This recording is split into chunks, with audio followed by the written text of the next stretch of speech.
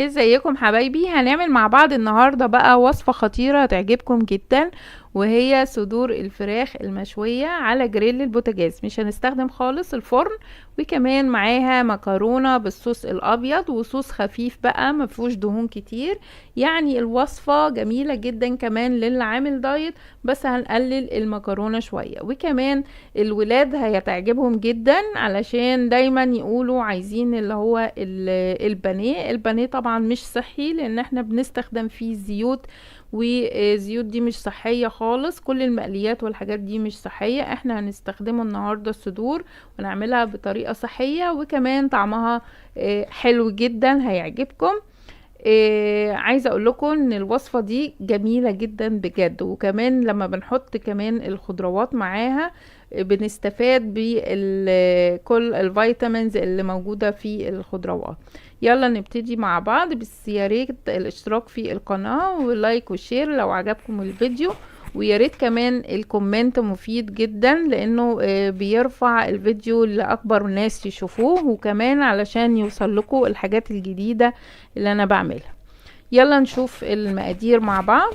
عندي هنا صدر فرختين. دايما صدور الفراخ انا بجيبها واخليها. هناخد الفصوص اللي من هنا دي، واقول لكم هنعمل بيها ايه في الاخر. هناخد بقى بعد كده الصدر، وكل صدر واقسمه لنصين، وبعد كده بعمل تقطيعات بالطول والعرض كده، علشان التتبيلة تدخل حلو، وكمان يستوي بسرعة وما ياخدش وقت عندي في السوى. عندي بقى بجهز عندي التتبيلة بتاعتي. عندي مكعبات من البصل. دايما بحط البصل في الفريزر. ما كانش عندي زبادي، جبت ربع كوباية من اللبن وحطيت معلقتين من الخل، بتدي نفس طعم الزبادي والتسوية بتاعتها. بحط بقى معلقة من الكاتشب، معلقة صوص باربيكيو، ومعلقة ملح، فلفل اسمر، توم باودر، بصل باودر. عندي كمان خلطة المشاوي اخدت منها معلقة، وطبعا اللي مش موجودة عندنا مش مشكلة، ممكن نستغنى عنها. هقلب تقليبة كويس، واحط شوية بقى زيت زيتون. برضو زيت الزيتون من الزيوت الصحية وحلوة جدا. هتبل بقى عندي الفراخ. ممكن اتبلها من بالليل، وممكن كمان لو انا مستعجلة وما جهزتهاش من بالليل ممكن اسيبها ساعتين بس وابتدي اشتغل فيها. عندي هنا بقى المكرونة سلقتها. دي الاجزاء اللي هي الموزة اللي بتبقى في الصدر اخدته وقطعته قطع صغيرة، وهنعمل بيها الكريمة. عندي طاسة حطيت فيها الزبدة مع الزيت طبعا عشان الزبدة ما تتحرقش، واحط عندي صدور الفراخ اللي هعمل بيها الكريمة. هديها تشويحة كده لغاية ما تدي لون كده. طبعا بعلي النار في الاول عشان الفراخ ما تنزلش المية بتاعتها وتنشف. هزود بقى كوبايتين كبار من اللبن، حوالي نص كيلو. وكوباية التالتة حطيت فيها معلقة من النشا مع معلقة من الدقيق، ويكونوا على البارد. وبعد كده بزود عندي مرقة من الخضار، وازود عندي الخليط والمكرونة.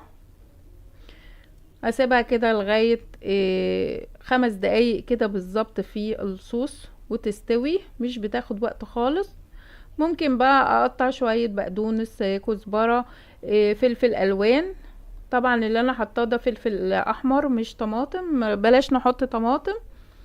طماطم مش هتبقى حلوة. الفلفل الالوان طبعا مليان بالفيتامين سي، وبيدي شكل ولون جميل وبنستفاد بيه.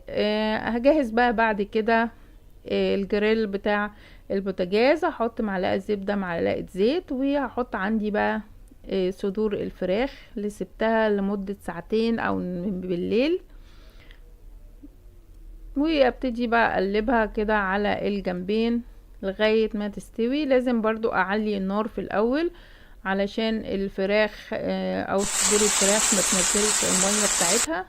لو حسيت انها تتلدع بوطي النار واخد لبالي بس برضو علشان الجريل بتاعي ما يتحرقش. وطبعا الجريل لازم يكون يا اما جرانيت يا اما يكون تيفال، علشان برضو ما تلزقش كده. عندي كل حاجة استوت، مخدش وقت خالص. والمكرونة طالعة خطيرة وحلوة جدا، وصدور الفراخ طعمها خطير بجد. وصفة جميلة جدا مش تاخد وقت، ودايما بنعملها لما نكون مش عايزين نطبخ. وعملت كمان معاها سلطة الكول سلو، هسيب لكم برضو لينك الفيديو في صندوق الوصف. وكده عندي الاكلة تمام. لو عجبكم بقى الفيديو متنسوش لايك وشير وسبسكرايب وتفعيل زر الجرس.